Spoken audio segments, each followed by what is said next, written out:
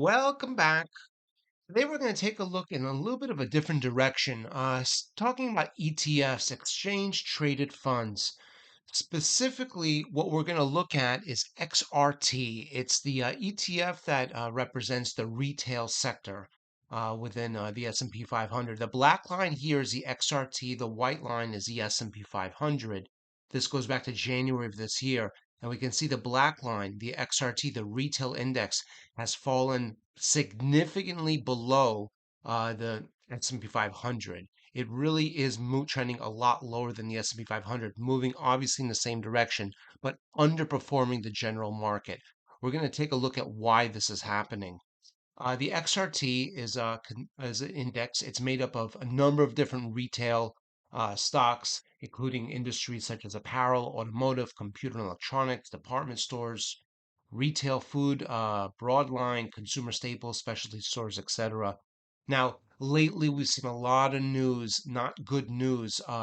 Target closing stores, downgrades in Macy's, Kohl's, things of that nature.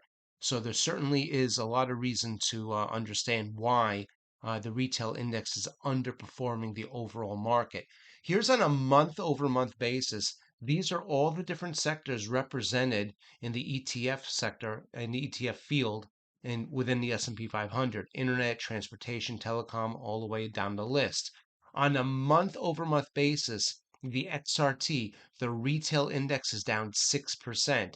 It's not the weakest, but it certainly is close to the bottom end of all the performing sectors. On a year-over-year basis, while the S&P 500 is up nearly 20%, we have oil and gas up a lot more than that. The retail index is barely positive. That we've seen so much weakness lately, it's erased almost all the gains we've seen for for the past year. So it certainly is not something that has been doing well.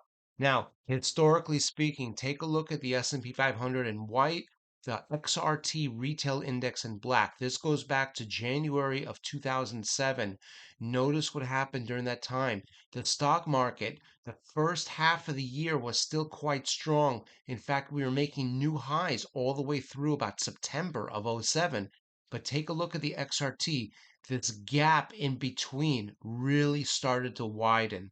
And without, breaking it down and really forming any kind of very complicated mathematical calculations, just simply make a note of the gap in between the S&P 500 and the XRT. As the retail index went down, this gap widened. It shows us that the retail stocks were very much underperforming the overall market. We might have had a stock portfolio trading at new highs, but if we owned the retail stocks during that period of time, it certainly was underperforming that index.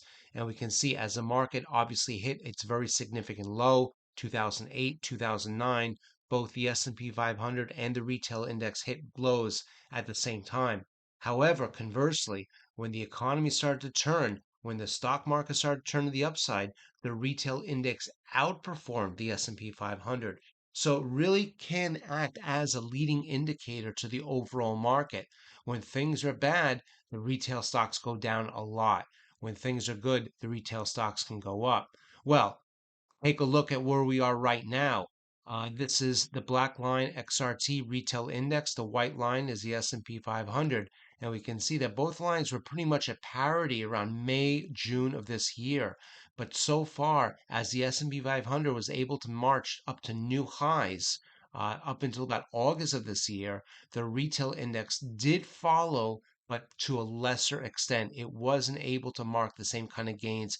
It really showed us that the retail stocks, which are very sensitive to interest rates, after all, these retail stores, a lot of us use credit cards. A lot of these retail stores offer credit cards. And as a result of the higher interest rates, it makes it more difficult for the consumer, to shop at these places.